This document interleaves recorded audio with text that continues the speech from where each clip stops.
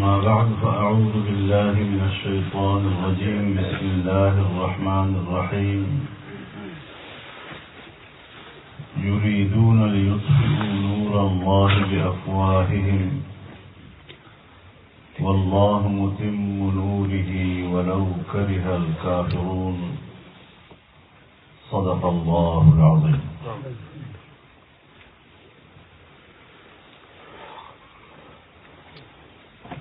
حضرات علماء کرام،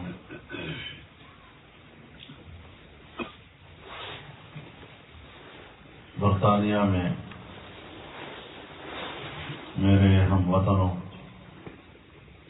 میرے بزرگوں، میرے دوستوں اور بھائیوں،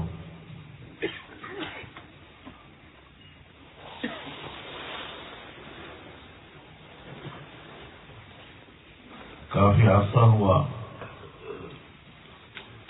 جہاں میں تقریباً ہر سال برطانیہ آیا کرتا تھا.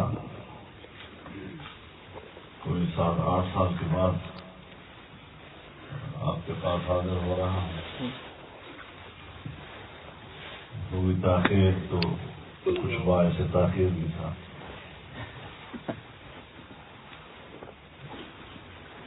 یہاں کے احباب، یہاں کی جمعیت علماء اور بالخصوص برادر عزیز مولانا اسلام علی شاہ صاحب، ان کی محبت ہے، ان کا خلوص ہے کہ آپ حضرات کے ساتھ آج اس جامعہ مسجد میں ملاقات ہو رہی ہے اور مجھے آپ کی زیارت اور آپ کی ملاقات کا شرف حاصل ہو رہا ہے.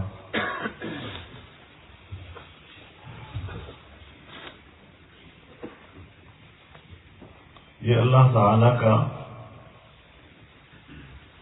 آپ پر اور ہم سب پر ایک بڑا احسان ہے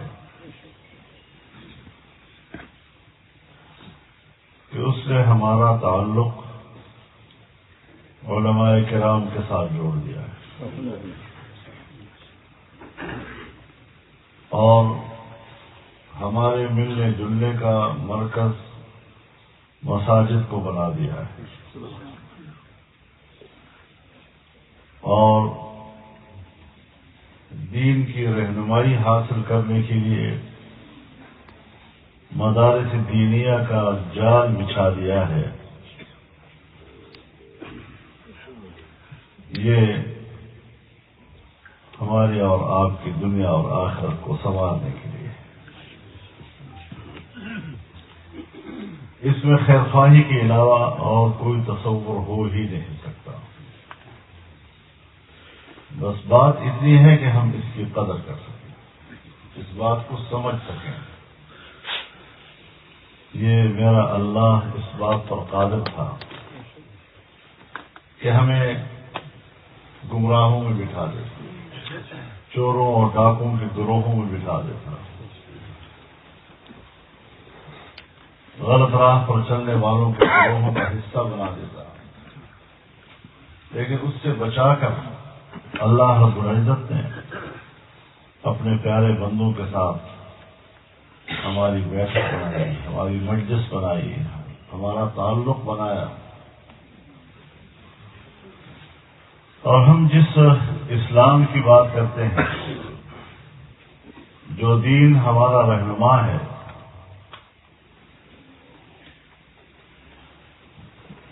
یہ وہ عظیم الشان دین ہے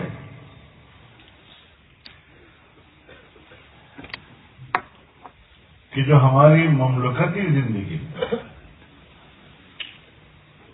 ہماری قومی زندگی میں، ہماری ملی زندگی میں ہماری 2 ضرورتوں کو پورا کرتا ہے.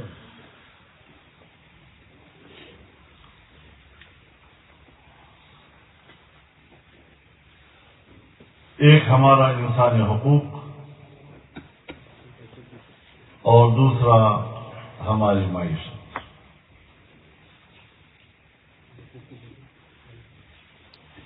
ایک مملکت کے لیے ایک ایسا نظام کہ جو ہمارے انسانی حقوق کا محافظ ہے، اور انسانی حقوق کا تعلق تین باتوں سے ہے: انسان کی جان، انسان کا مال اور انسان کی عزت و آبرو۔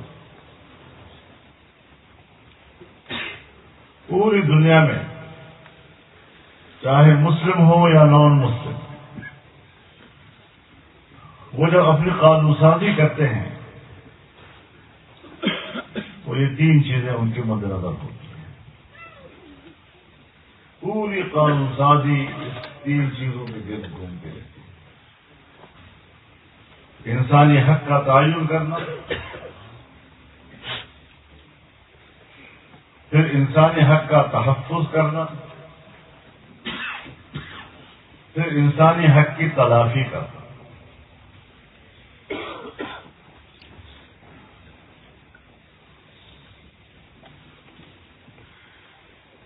حضرت ابراہیم علیہ السلام نے ساری زندگی توحید کا درس، شرک کے خلاف لڑے،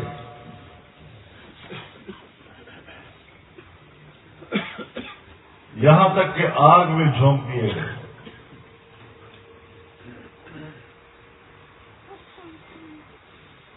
بندے کا تعلق اپنے رب کے ساتھ قائم کرنے کے لیے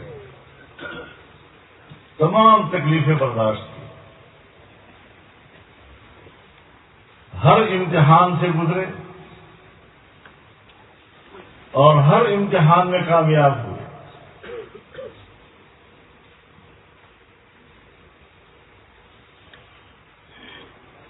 وَإِذِ ابْتَلَىٰ إِبْرَاهِيمَ رَبُّهُ بِكَلِمَاتٍ فَأَتَمَّهُنَّ۔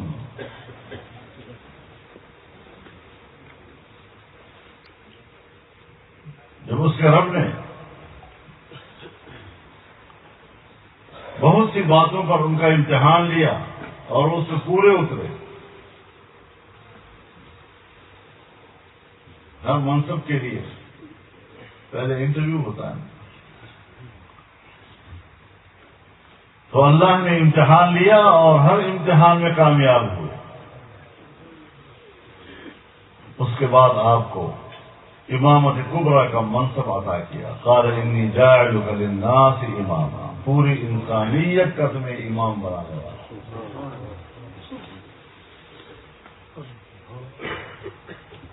توحید کی طرف دعوت، یہ ایک سفر تھا۔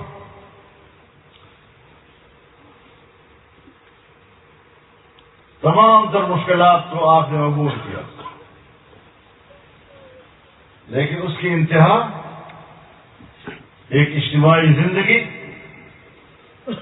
اور منظم اجتماعی زندگی، جس میں آپ کو مملکت کا امام بنا دیا گیا، انسانیت کا امام بنا دیا گیا۔ اور ذمہ داری تبدیل ہو گئی، یعنی کچھ فرق آ گیا، کچھ اضافہ ہو گیا۔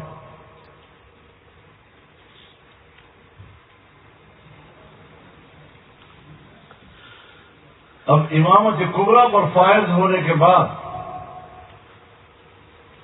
حضرت ابراہیم علیہ السلام کی ترجیحات کو ذرا مطالعہ کیا۔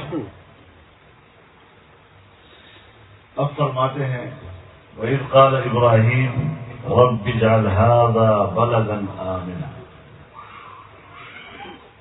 وَارْزُقْ أَهْلَهُ مِنَ الثَّمَرَاتِ مَنْ آمَنَ مِنْهُمْ بِاللَّهِ وَالْيَوْمِ الْآخِرِ قال ومن كفر فأمتعه۔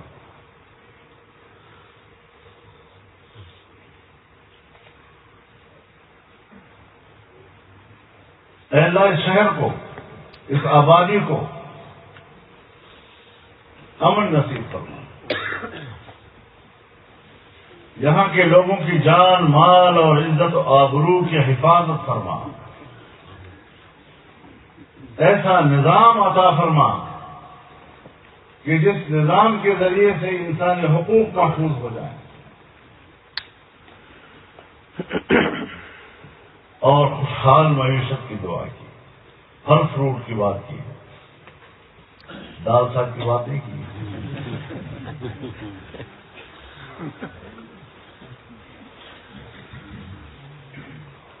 لیکن آپ نے فرمایا کہ یا اللہ انہیں پھل فروٹ عطا فرما، لیکن ان کے لیے جو ایمان لائے اللہ پر اور یوم آخرت پر، تو اللہ تعالیٰ نے فرمایا نہیں، دنیا میں تو ان کو بھی سمجھے۔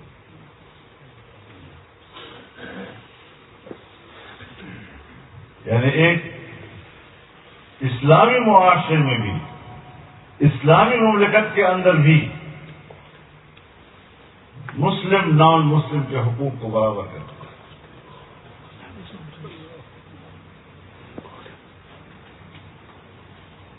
اگر وہ جنگ نہیں لڑتے، امن سے رہتے ہیں،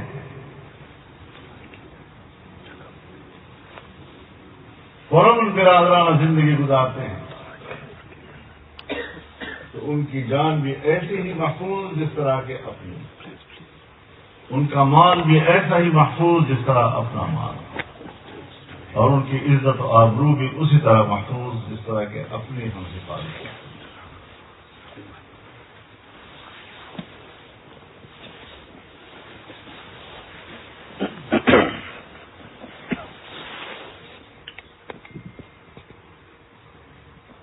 اب اس تصور کے بعد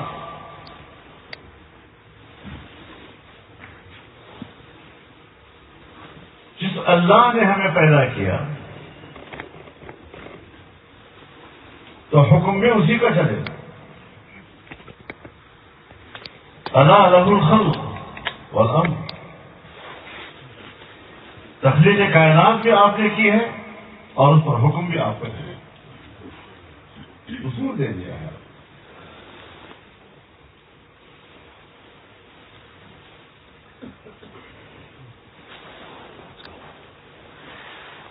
اور پھر سب سے اولین پیغام وہ اس کے امن کا۔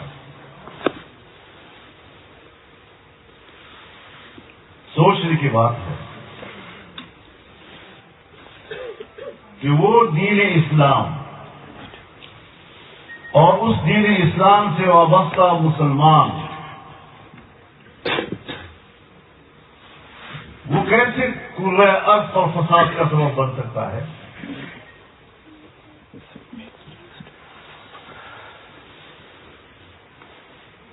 اسلام کے معنی دوسرے کو سلامتی دینا، ایمان کے معنی دوسرے کو امن دینا۔ جس دین کے ناموں کے اندر امن اور سلامتی کے معنی پنہاں ہوں، اس حوالے سے الٹا تعصب قائم کرنا، یہ پھر دین اسلام کے ساتھ بے انصافی ہے۔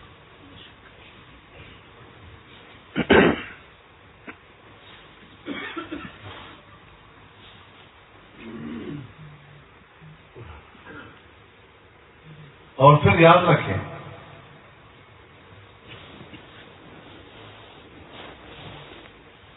عام طور پر جب ہم آپس میں بیٹھتے ہیں جرگوں میں یا اس میں کوئی دو فریق ہوتے ہیں تو ہمیشہ اقرار کرنے والا صلح کا ذریعہ بنتا ہے اور انکار کرنے والا جھگڑے کا سبب بنتا ہے۔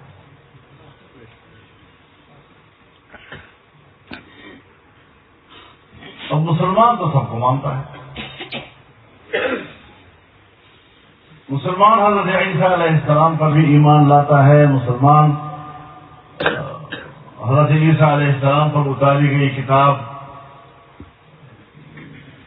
بائبل پر بھی ایمان لاتا ہے،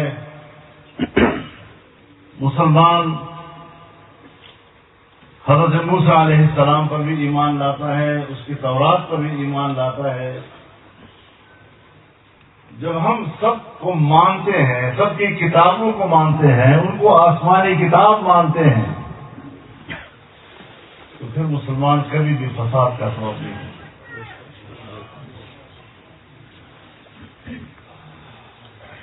پھر جو ہمارا انکار کرتے ہیں وہ اپنے گریبان میں جان کر خود اپنے سے کچھ سوالات کریں کہ دنیا میں جو اس وقت شورش ہے، بد امنی ہے، اس کے اسباب کیا ہیں؟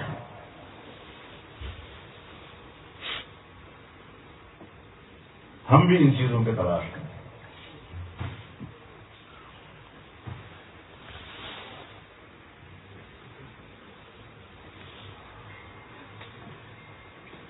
ہمارے علماء ایک بڑی خوبصورت بات کرتے ہیں،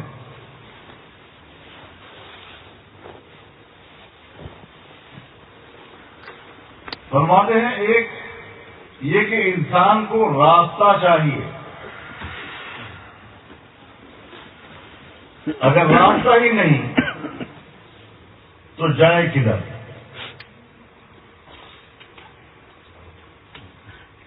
اور جب اس کو راستہ مل جاتا ہے تو پھر اس کو راستے پر چلنے کا اسلوب بھی چاہیے، اس کا ڈھنگ بھی چاہیے اس کو۔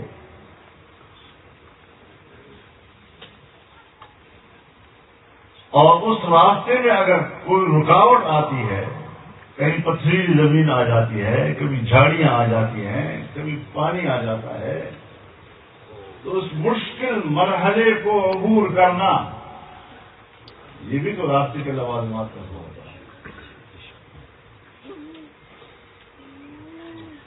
تو ہمارے علماء فرماتے ہیں کہ راستہ تو شریعت ہے، اور راستے پر چلنے کا اسلوب طریقت ہے، اور راستے کے مشکل کو دور کرنا اور مشکل کا مقابلہ کرنا سیاست ہے۔ یہ تینوں موالید اسلام ہیں۔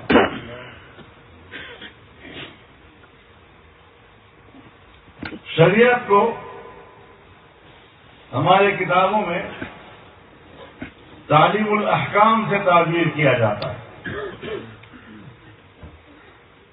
طریقت کو ہماری کتابوں میں تہذیب الاخلاق سے تعبیر کیا جاتا ہے، اور سیاست کو ہماری کتابوں میں تنظیم الاعمال سے تعبیر کیا جاتا ہے۔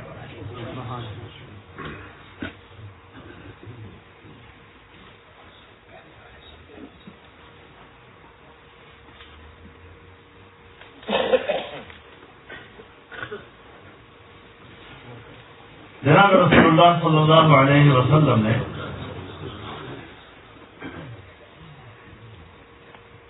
خود اعلان کیا کہ میں آخری سیاستدان ہوں، اور اس سے پہلے بنی اسرائیل کے اندر انبیاء آتے تھے اور وہ سیاست کرتے تھے، یعنی مملکتی اور اجتماعی زندگی میں تدبیر و انتظام کیا کرتے تھے، چارہ گری کرتے تھے۔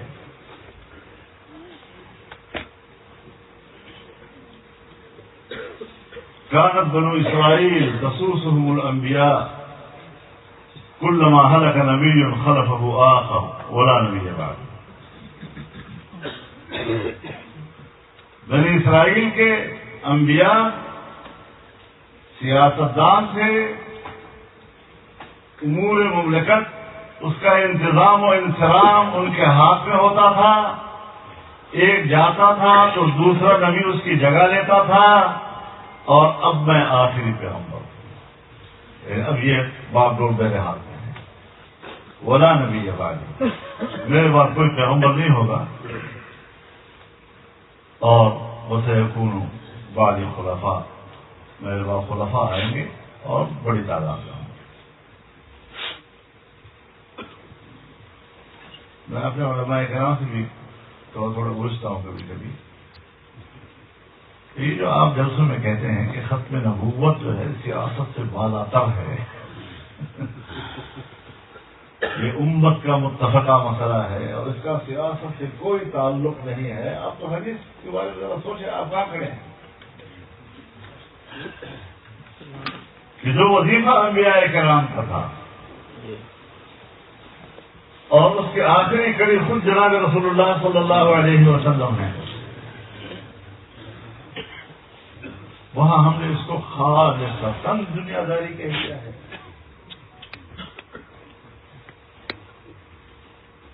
جھوٹ بولو, دھوکہ دو تاکہ منصب تک پہنچ سکو, تاکہ مال تک پہنچ سکو. اس میں کوئی کامیاب ہو گیا کہنے بڑا کامیاب سیاستدان. تو ہم نے شریعت کے ایک اصطلاح کو کیا معنی پہنا دیے ہیں, کیا مفہوم پہنا دیا ہے, اس کو تو حیثیت مسلمان ہمیں اس پر غور کرنا چاہیے, علمی لحاظ سے غور کرنا چاہیے. مسائل آتے ہیں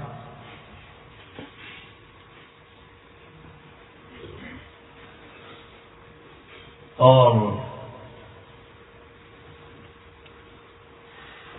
دین اسلام کا جو اولین تقاضا ہے جس پر آپ کی سماجی زندگی بھی اسی پہ کھڑی ہے, آپ کی معاشی زندگی بھی اسی پہ کھڑی ہے, آپ کے معاشرت کا نظام بھی اسی کے اوپر کھڑا ہے, وہ ہے آزادی.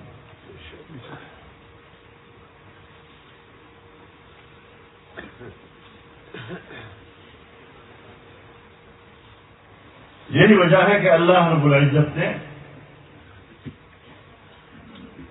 شریعت کو ایک مشکل گزرگاہ سے تعبیر کیا. فلقتحم العقبہ وما ادراک ما العقبہ. جب انسان گھاٹی میں داخل ہو, اور جانتے ہو گھاٹی کیا ہے, گھاٹی کیا ہوتا ہے, مشکل گزرگاہ کو کہتے ہیں. پہاڑوں کے اندر جو چھوٹے درے ہوتے ہیں, جب آپ اس سے گزرتے ہیں تو پتھریلی زمین بھی آئے گی, پانی بھی آئے گا, جھاڑیاں بھی آئے گی, کانٹے بھی آئیں گے. اب اس مشکل گزرگاہ میں داخل ہو جانا, شریعت کو قبول کر لینا, دین اسلام پر ایمان لے آنا, اس کا جو اولین تقاضا ہے خود رب العالمین نے فرمایا فک و رقبہ, گردن چھوڑانا. اب جس زمانے میں غلام رکھے جاتے تھے اس زمانے میں تو یہ بات سمجھ میں آتی تھی کہ غلام آزاد کر دو. تمام مفسرین نے بھی غلام کو آزاد کرنے کے معنی لیے ہیں. لیکن یہ تو قرآن ہے, اللہ کا کلام ہے. جتنا اللہ عظیم ہے اس کا کلام اتنا ہی عظیم, اس کے معنی و مفہوم میں بھی وہی وسعت ہوگی. ایک فرد کو آزاد کرنے کے ساتھ ساتھ پوری قوم کو آزاد کرانا, یہ دین اسلام کا اولین ہے. انسانیت کو آزاد کرانا, یہ سب سے اولین تقاضا ہے دین اسلام کا.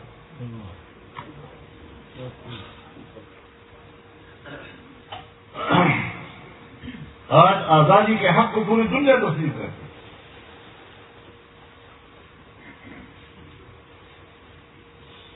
نوآبادیاتی نظام کے بعد ہر ایک کہتا ہے انسان آزاد ہے.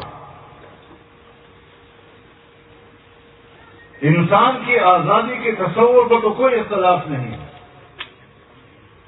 اس کی تفصیلات تو ہوگا. انسانی حق کو تو کوئی جھگڑا نہیں ہے, یعنی حق کی تعریف کرنا, حق کی تفصیل بیان کرنا, اس کا شاید سب کو اصول پر کوئی اختلاف نہیں. آزادی کے تصور پر کوئی اختلاف نہیں. البتہ آزادی کے مفہوم پر بحث ہو سکتی ہے. میرے ایک دوست تھے آزاد خیال قسم کے, ابھی بھی حیات ہیں. مجھے کہنے لگے کہ آپ مولوی صاحبان جو ہیں سارا دن مسجد میں بیٹھ کر اللہ کی بندگی اور اللہ کی بندگی اور اللہ کی بندگی اور اللہ کی بندگی، اور سوائے بندگی سکھانے کی کوئی اور کام ہی تمہارا نہیں ہے۔ لیکن جب سڑکوں پہ آتے ہو، روڈوں پہ، تو آزادی اور آزادی اور یہ تضاد ہے کہ مسجدوں میں اور حجروں میں تو آپ لوگوں کو غلامی اور بندگی پڑھا رہے ہوتے ہیں، اور روڈوں کے اوپر پھر آزادی اور آزادی کی باتیں کرتے ہیں۔ میں نے کہا تو پھر آپ میرے خیال میں آزادی کا معنی سمجھے نہیں۔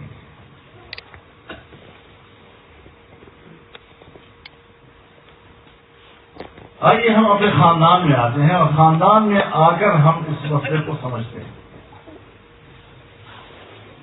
جس طرح کائنات کا خالق ایک ہے، اس طرح ہر انسان کا باپ ایک ہوگا۔ یہ اصول ہے۔ انسان کی جو ظاہری تخلیق ہے، اس کا جو ظاہری سبب ہے، وہ باپ ہے۔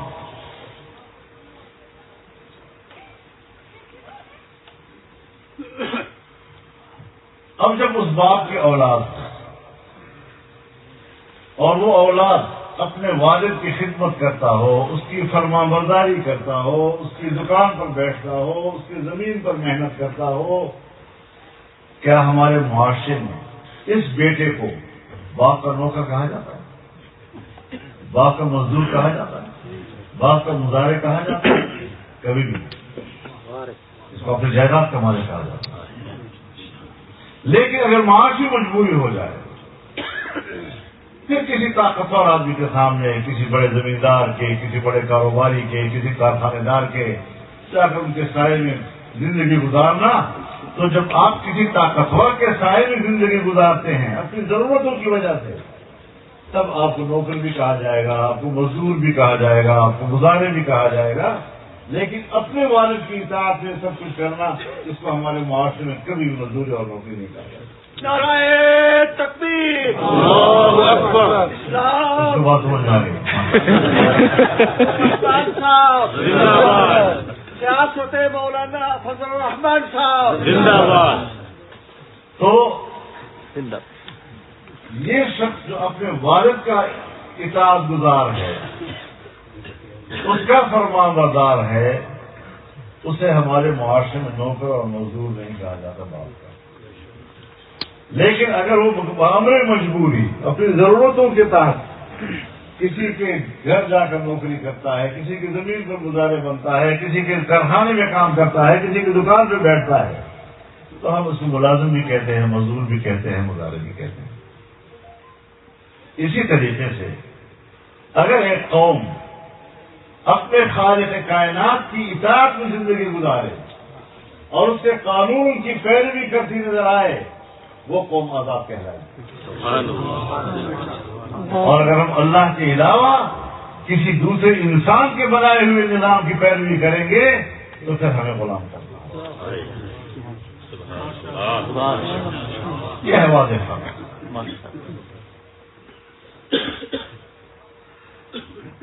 ہمیں اگر پاکستان میں چاہیے تو یہ نظام چاہیے،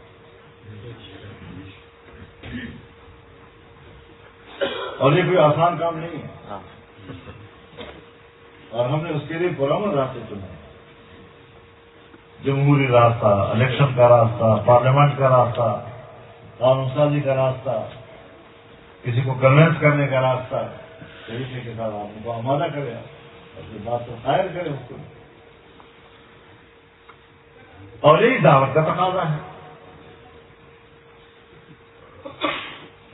کیونکہ یا تو آپ نے مقام عبدیت پہ رہنا ہے یا مقام حکومت پہ رہنا ہے۔ جب تک آپ مقام حکومت پہ نہیں پہنچتے اور وسائل پر آپ کی گرفت نہیں آتی، تب تک آپ مقام دعوت میں ہیں۔ تو دعوت والا جو ہے وہ پھر اپنا ہی انداز رکھتا ہے، وہ گالم گلوچ نہیں دیتا، لڑائی جھگڑا نہیں کرتا، مقام دعوت سے بالکل نیچے نہیں اترتا۔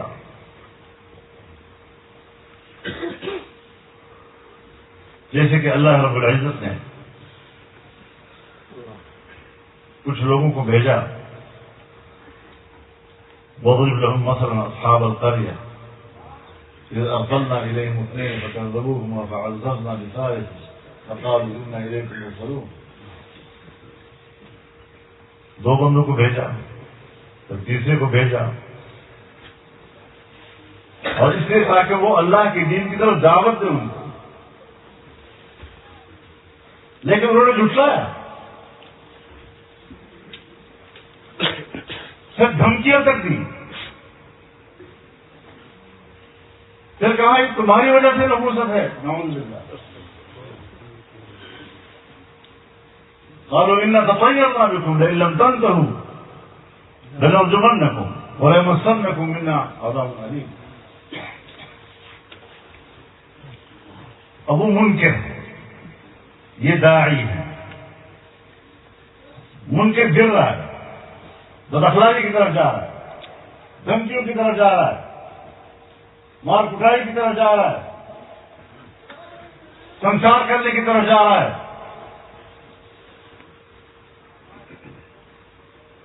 اور بار بار اسے کہا جاتا ہے قالوا ما انتم الا بشر مثلنا وما انزل الرحمن من شيء ان انتم الا تكذبون۔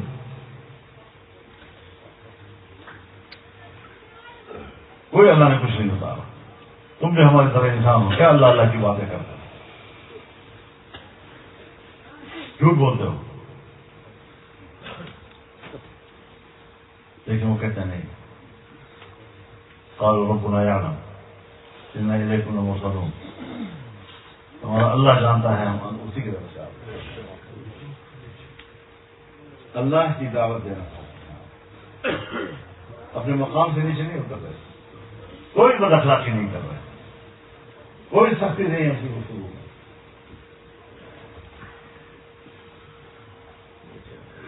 یہاں تک کہ وہ جو وجہ میں اکثر بدیر رجل یسعی، گاؤں والا آتا ہے نصرت کے لیے، اس کو شہید کر دیتے ہیں،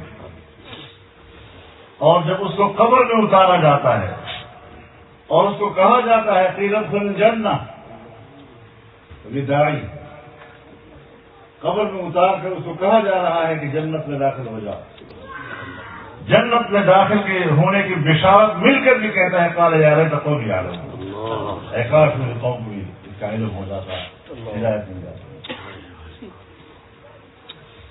انسانیت کے لیے فکر مند ہو جانا۔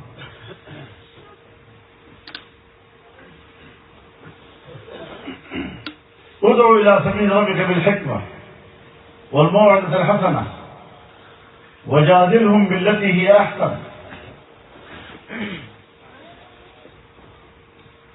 اللہ کے اپنے رب کے راستے کی طرف بلاؤ دانائی سے،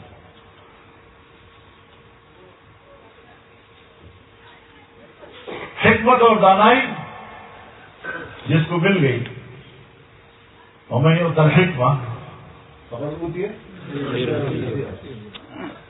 حکمت تو ایسی چیز ہے جس کو مل گئی بس خیر کثیر اسی کو مل گئی، اور حکمت جو ہے جو مسئلہ آپ بیان کر رہے ہیں اس کے موقع محل کو سمجھنا، میں کس سے بات کر رہا ہوں، سننے والے کا مزاج کیا ہے، اس کی تربیت کہاں ہوئی ہے، وہ نرم دل والے ہیں یا سخت دل والے ہیں، میری بات کو وہ قبول کرے گا نہیں کرے گا۔ اگر آپ سمجھتے ہیں کہ آج وہ قبول نہیں کرتا تو اس کو دوست بنا لو تاکہ مانوس ہو جائے آپ کے ساتھ، اس قابل ہو جائے کہ آپ کی بات کو قبول کر سکے اور آپ کی گفتگو میں شائستگی ہو، اور موعظۃ الحسنہ، شائستہ انداز گفتگو۔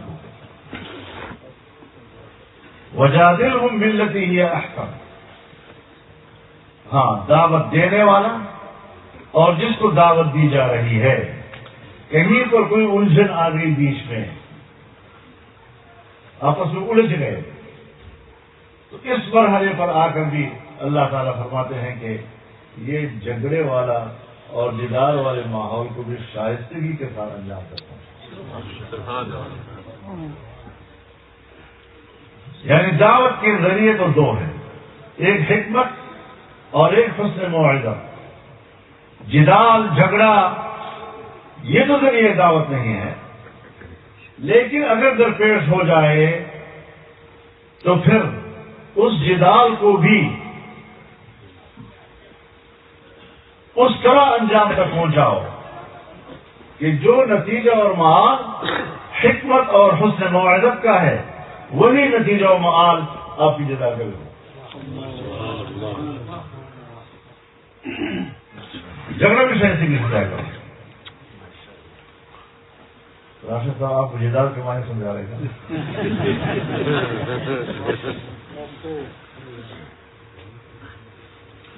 تو ایک خلاف آ جاتا ہے، مذاکرہ ہوتا ہے، اس کو دلائل کا تبادلہ ہوتا ہے، لیکن وقار کے ساتھ، گالیوں کے ساتھ. سیاست گالیوں سے نہیں ہوتی، عبادت گالیوں سے نہیں ہوگی، عقیدے کا بیان گالیوں سے نہیں ہوگا. گالیوں سے آپس میں شدت آتی ہے، وہ آپ کے لیے نرم نہیں ہوگا کہ آپ کو قبول کر سکے. قبول نہ کرنے کا، نہ ہونے کا سبب تو بن سکتا ہے، قبول کرنے کا سبب نہیں.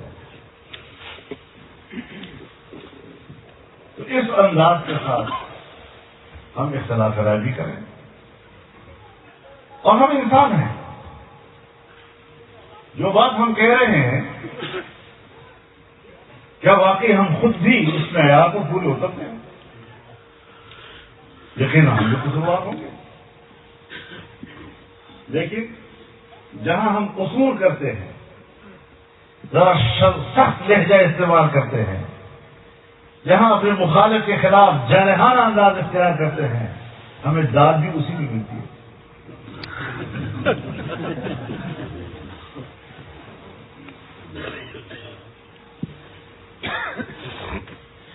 یہ ساری چیزیں اس میدان کی اصلاح کی چیزیں.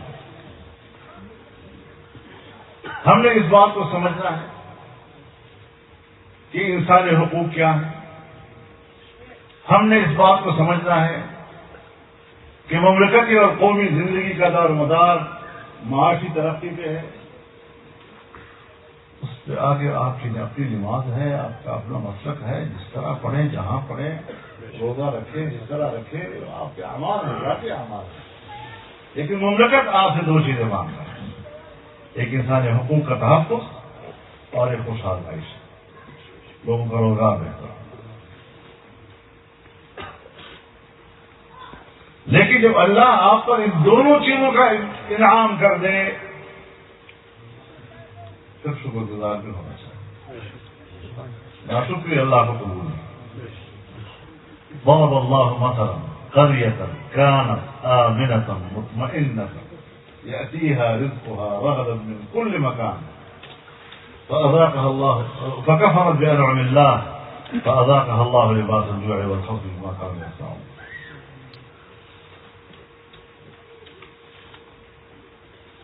اللہ تعالیٰ نے ایک آبادی کی مثال دی ہے کہ وہاں امن بھی تھا، سکون بھی تھا. جب امن ہوگا تو سکون بھی ہوگا، اطمینان بھی ہوگا. ہر طرف سے رزق کھچ کھچ کے آتا تھا ان کے پاس، خوشحال نہیں سکتی وہاں.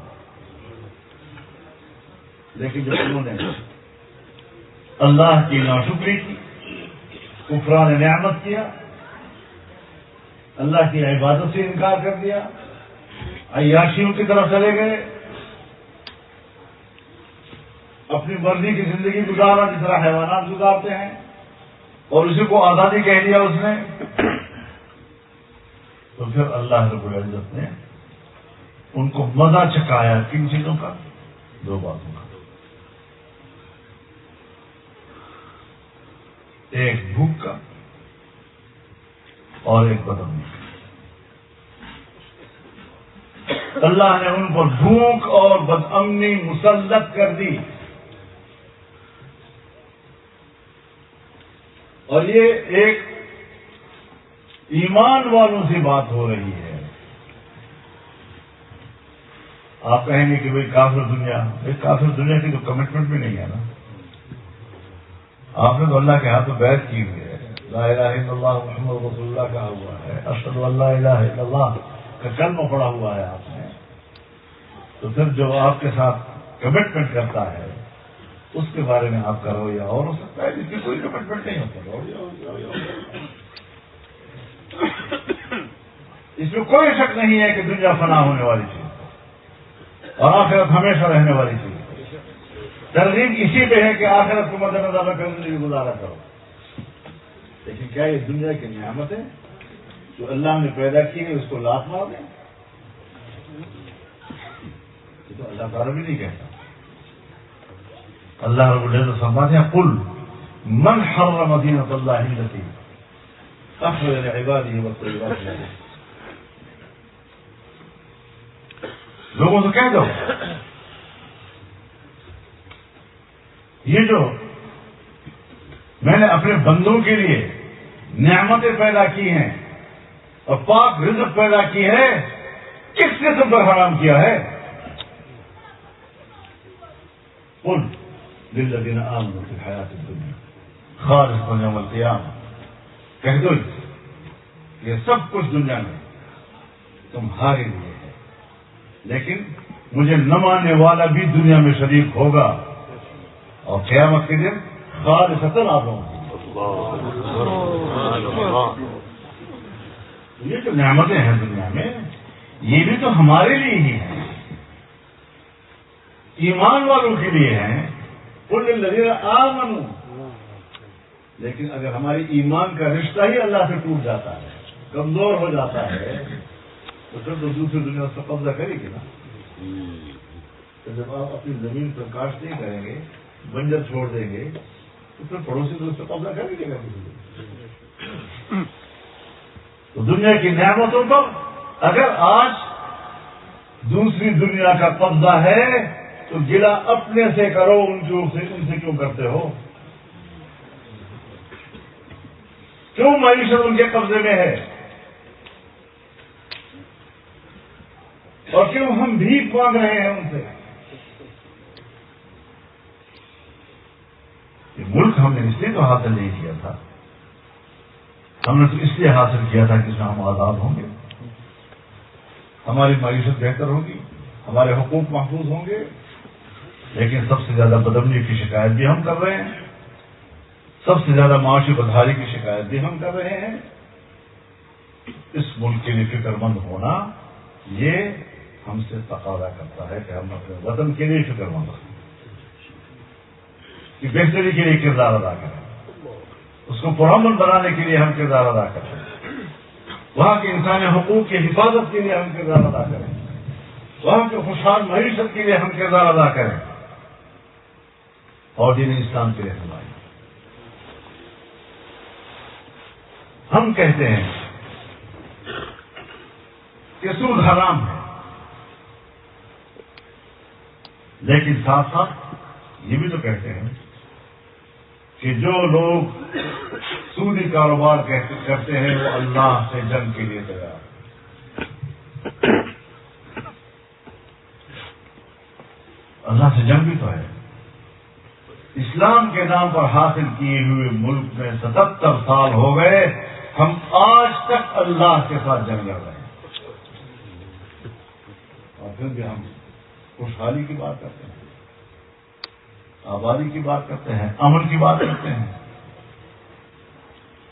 فلاں ذمہ دار ہے، فلاں ذمہ دار ہے، اس کا قصور ہے اور اس کا قصور ہے، وہ نا اہل ہے اور یہ نا اہل ہے، کسی کو گزر جائے گی بات۔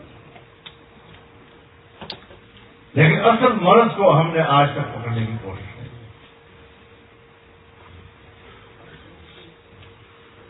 تو یہ وہ ساری چیزیں ہیں جس کے لیے ایک منظم جدوجہد کی ضرورت ہے، انفرادی جدوجہد کی کام نہیں ہے، اس کے لیے منظم جدوجہد کی ضرورت ہے۔ آپ حضرات اگر عملاً شریک نہیں ہو سکتے، یہاں دعا تو کر سکتے ہیں، جو کام کر رہے ہیں ان کو اللہ توفیق، جو کام کر رہے ہیں اللہ تعالیٰ ان کے کام میں برکت عطا فرمائے، جو کام کر رہے ہیں اللہ تعالیٰ کو کامیابی نصیب فرمائے۔ تو اچھا ہوا آج کی اس مجلس سے کچھ فائدہ ہم نے اٹھا لیا اور کچھ دل کی باتیں ایک دوسرے سے کہہ دی ہیں۔ اللہ تعالیٰ ان کو قبول فرمائے اور ہر قسم کی آزمائشوں سے اللہ تعالیٰ ہمیں محفوظ فرمائے. جو خطائیں ہم نے کی ہیں اللہ اس کو معاف فرما دے اور اللہ تعالیٰ ہمیں اپنے پردے میں رکھے اور رسوائی کے ساتھ دنیا بھی محفوظ رکھے. اور آخر دعوانا